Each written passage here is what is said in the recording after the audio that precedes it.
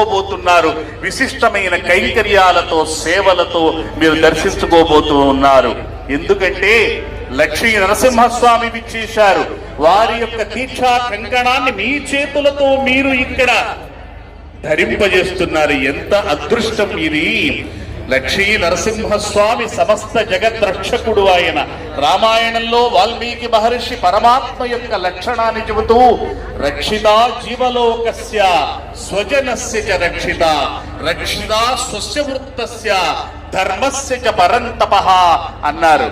అంటే భగవంతుడి లక్షణం ఒకటి ఉంది. అది ఏమిటి అంటే జీవలోకాన్ని రక్షించటం. ఎప్పుడు రక్షిస్తాడు ఆయన? అధర్మం ప్రబలిపోయినప్పుడు ధర్మాన్ని నిలబెట్టడం కోసం ఆయన ఉద్భవిస్తాడు. అలా రక్షకుడవుతాడు. దేవుడు లేడు అనే నాస్తిక వాదాన్ని మనకి లోకంలోకి తీసుకొచ్చి ప్రచారం చేస్తున్నటువంటి ఒక నాస్తిక వాదాన్ని తుదముట్టించటం కోసం సాక్షాత్తుగా స్తంభోద్భవుడు, స్తంభం నుంచి ఉద్భవించిన పరమాత్మ నరసింహస్వామి. అటువంటి లక్ష్మీ నరసింహస్వామి జగద్రక్షకుడు. ఆయన మనల్ని రక్షించాలి అని చెప్పి ఆ స్వామి కరమునకు చేతికి మనమే రక్షా కంకణాన్నయ్యా